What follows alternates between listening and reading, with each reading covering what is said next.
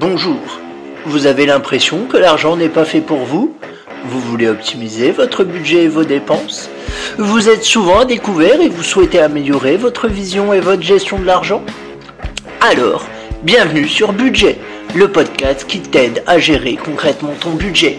Définition, réflexion, technique, je vais vous donner mes clés pour dépasser vos croyances limitantes liées à l'argent et pour optimiser votre budget.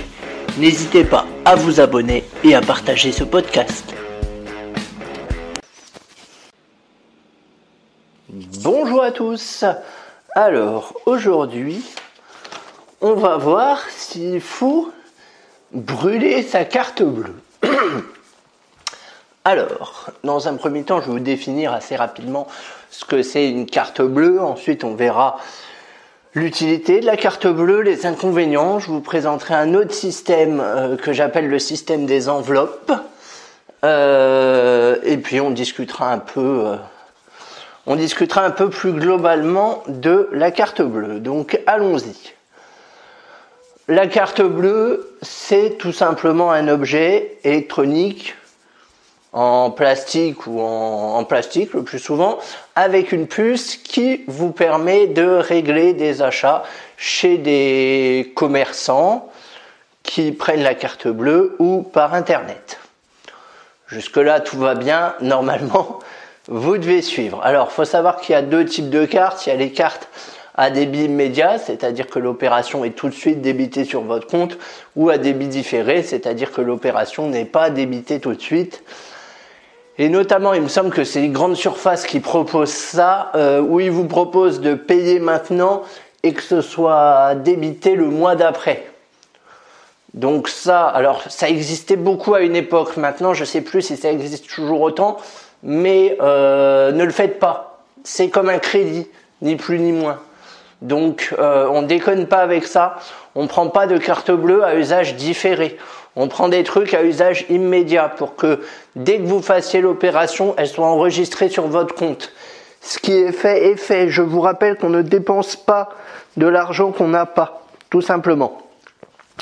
Faut savoir que je vais y arriver. Faut savoir que chez certains commerçants, beaucoup de C, c'est pour ça que c'est dur à dire. La carte bleue, pour être prise, il doit y avoir un minimum. C'est le cas notamment dans certains magasins d'alimentation, c'est le cas notamment dans les petits commerces, souvent dans les bars également, parce qu'il faut savoir qu'il y a des frais qui s'appliquent pour eux quand ils réalisent un paiement par carte bleue. Ils ont un petit boîtier et ce petit boîtier-là, il prend des frais qui apparemment sont assez conséquents. Voilà, globalement, pour planter un peu le décor. Donc, maintenant, on va voir les utilités et les inconvénients. L'utilité, elle coule de source, j'ai envie de dire, c'est qu'on peut payer. C'est pratique. C'est accepté quasiment par tout le monde. Des fois, il y a des, comme je vous le disais, il y a des montants minimums pour payer, ce qui est un peu chiant, mais globalement, ça vient quand même à se raréfier. C'est pratique, c'est simple,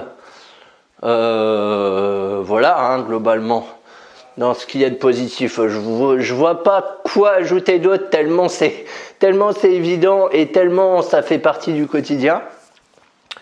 C'est pratique, c'est rapide, c'est accepté par tout le monde. Alors après, vous avez ou les Visa ou les Mastercard, mais globalement, c'est accepté partout pareil, ça permet de retirer de l'argent, à l'étranger, etc., etc. Globalement, les éléments positifs. Alors, par contre, concernant les inconvénients, là, j'ai plus de choses à dire. En avantage, on a vu que c'était pratique, effectivement, c'est pratique. Le souci, c'est que c'est trop pratique. C'est-à-dire que vous ne voyez pas votre argent partir. Surtout depuis qu'il y a le sans contact. Pour rappel, le sans contact, c'est le boîtier du commerçant qui est équipé d'un réseau Wi-Fi, je pense, d'un truc, pas un Wi-Fi du coup, parce que Wi-Fi c'est pour Internet, mais vous m'avez compris, qui qui contient un truc spécial qui fait que on peut payer par carte sans avoir besoin de taper son code, et ce pour jusque 20 €, il me semble, donc ce qui est quand même des belles sommes. Voilà, le danger de ça, c'est qu'on ne se rend pas compte des sous qui partent. On ne se rend pas compte des achats qu'on fait. Alors, autant avant, on tapait son code, donc bon, on s'en rendait un peu plus compte.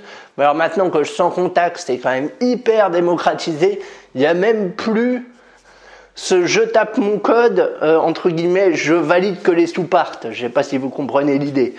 Mais là, avec le sans contact, c'est juste je tends ma carte, c'est automatique.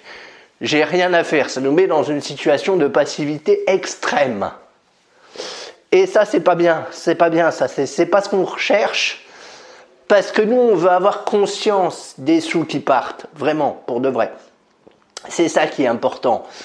Quand on utilise sa carte bleue, c'est d'avoir conscience qu'on l'utilise pour ce montant-là. Donc avant, on tapait le code. Bon, c'était déjà...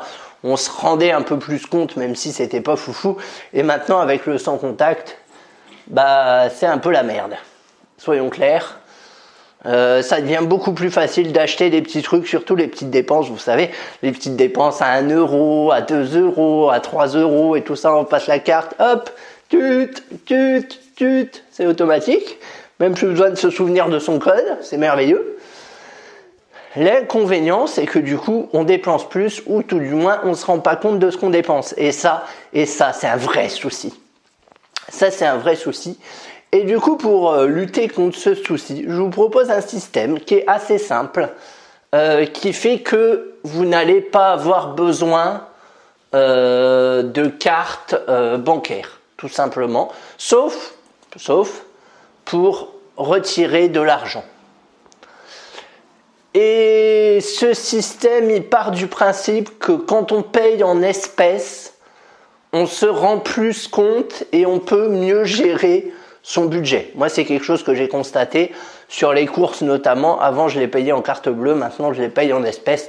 Ça n'a rien à voir. Ma gestion n'a rien à voir. Avec la carte bleue, je savais pas combien je dépensais. Je faisais pas gaffe. Voilà. Avec l'espèce, j'arrive à me réguler. Donc, ce système, il est assez simple. C'est le système des enveloppes. C'est-à-dire qu'en début de mois, vous retirez tous vos achats, donc pas ce qui concerne les prélèvements bien évidemment, parce que ça tombe sur votre compte, mais tout le reste, je sais pas moi, l'argent loisir, les courses, bon d'autres trucs là, j'ai pas d'autres idées en tête, mais vous trouverez sûrement selon votre situation. Vous retirez tout en enveloppe, vous mettez dans des enveloppes. Et quand vous sortez et que vous avez besoin d'acheter tel truc, vous prenez votre enveloppe et vous achetez en espèces. Alors ça fait pas moderne, hein, soyons clairs. Mais l'idée, on s'en fout de faire moderne. L'idée, c'est de faire efficace. Mettez ça en place. Je vous garantis que votre vie va changer. Vous mettez ça en place. Une fois que l'enveloppe est finie, elle est finie. Il n'y a pas de rap possible. Vous planquez votre CB. Vous sortez sans votre CB. Vous la laissez à la maison, la CB. Vous n'en avez plus besoin. Plus besoin. Non. Vous n'en avez plus besoin. Vous fonctionnez qu'avec des espèces. Votre journal, vous l'achetez en espèces. Si jamais vous avez un budget café en espèces, ça va de soi. Si vous sortez dans les bars, tac, espèces. Pas carte, juste espèces. Et vous allez voir que ça va améliorer radicalement votre situation. Déjà, vous allez vous rendre compte de ce que vous dépensez. Et là, peut-être vous vous direz, oups, ça c'est un poste de dépense où je dépense trop, faut que je fasse quelque chose. Ça va vous permettre de manipuler de l'argent. C'est bête, mais dans nos sociétés actuelles, on n'a plus trop l'occasion de manipuler de l'argent, vu que tout se fait par carte bleue, par virement et tout ça. Là, vous allez manipuler de l'argent. C'est bien de manipuler de l'argent. Vous allez mieux vous organiser, du coup. Et vous allez vous rendre compte surtout de ce que vous dépensez, vu que c'est le but vraiment que ça ait un impact sur vous et que vous compreniez ce dans quoi part votre argent. Parce qu'encore une fois, payer par carte bancaire, c'est très facile. C'est un piège. C'est un piège, les amis. N'utilisez pas votre carte bancaire juste pour des retraits. Voilà, ça vraiment, c'est le conseil que j'ai à vous donner.